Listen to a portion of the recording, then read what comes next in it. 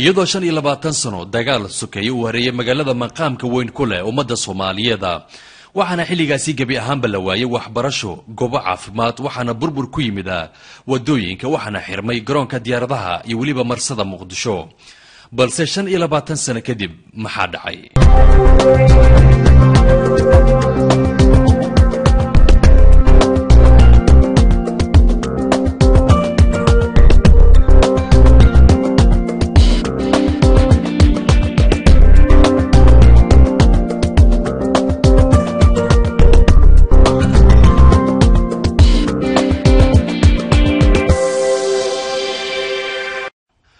shan iyo 20 sano kadib magaalada caasimadda ahi waxa ay gashay jawi ka duwan midkii hore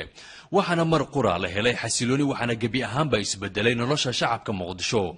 waxaana dib loo dhisay wadooyinkii oo aad arkayso gawaarida oo si habsami leh u isticmaalaya inta badan wadooyinka halbowlaha u ah Muqdisho ayaa dib loo dayactiray waxaana lagu rakibay nalalka ku shaqeeya adceeda qoraxda taasina waxa ay suura gelisay in lagu dhiirido ganacsiga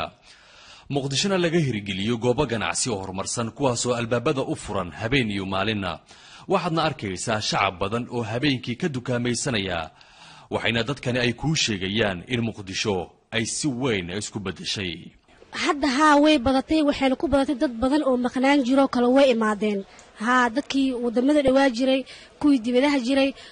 marka populationka wuu kordhooyaa saasan isleeyahay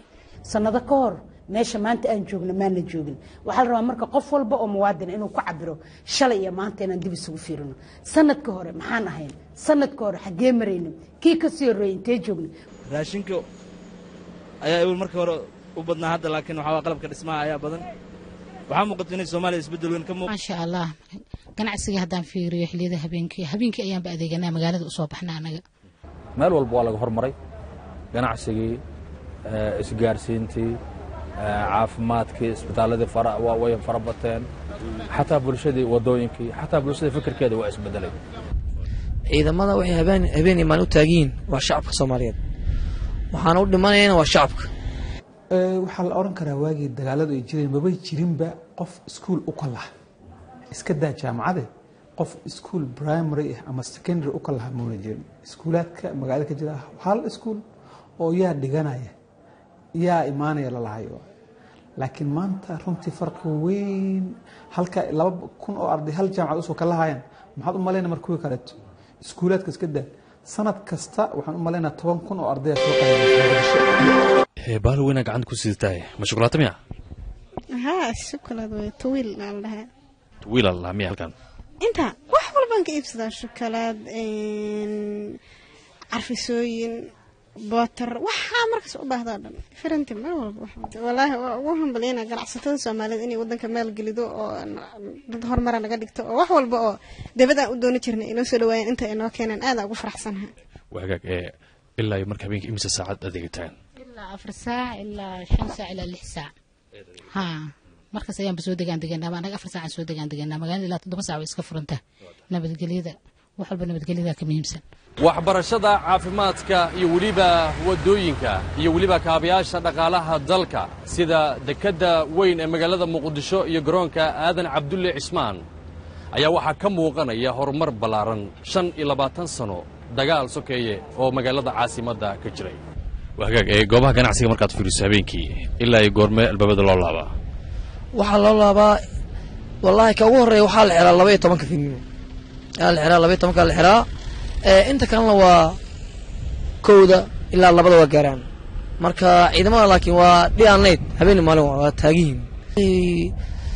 sadar muuqdo su'aal ka dhan wax walba arkaysiin dhalinyaro badan aan fursad u helin in 25 sano ay aadaan goobaha waxbarashada ayaa xilligani waxa ay xaadirayaan jaamacadaha ku yaala magaalada Muqdisho ku dhawaada 25 jaamacadood ayaa xilligan ku yaala magaalada arday aad u badan ayaana wax ka barta waana horumar la gaaray in jiil aad u badan ay wax walba ay xaadiraan jaamacadaha waxaana Muqdisho dib looga furay dhowr iyo 10 cisbitaal oo qaarkood u dhisan qaab horumarsan islaam markaana bixiya adeegyo caafimaad oo tayo leh waxa muuqdo ififaale aad u wanaag badan oo khayr ah oo muujinayo bulshadan inay u dhaqaaqday xagga horumarka waxaana runtii ay tahay inay dadku ay ku baraarugaan culimmadana mowqifkooda ama waxaa laga rabo waxaa weeye inay dadweynaha tusaaleeyaan haddii aynan nabad jirin caafimaad ma jiro haddaynan nabad jirin horumar ma jiro haddaynan nabad jirin waxbarasho ma jirto sidaasay nabaddu u tahay wax muhiim ah waxaa muuqata inay soomaaliya isbeddel weyn ka muuqdo marka soomaalida waxaan ugu baaqayaa inay taageeraan dawladda iyo maamul kasta oo shaqaynaya mucaaradkana la iska dhaaf muqdisho oo 25 sano ay ka dhacayeen dagaalo sokeeye ayaa xilligani waxa ay ka mid noqotay 10 magaalo ee dunida sida ugu dhaqsiyaha badan isku bedelay iyadoo loo eegayo horumarka ay ka samaysay dhinacyada ammaanka ganacsiga waxbarashada caafimaadka iyo dhismaha wadooyinka iyo kaabayaasha dhaqaalaha daawadayaal guud ahaan barnaamijka muuqaalka bulshada intaasi ayaana ku soo gabagabeynayaa waxaana barnaamijka idinla socodsiinayay anigoo Salmaan Jamaal Saciida dhanka farsamada iyo kaamiradana waxaa qaabeynayay Cabdirasaaq Maxamuud Jaamac Muqosle intaan barnaamij kale mid ku kulmayno waa Salmaan iyo Cabdirasaaq oo idinkaga tagayo sidaas nabadgelyo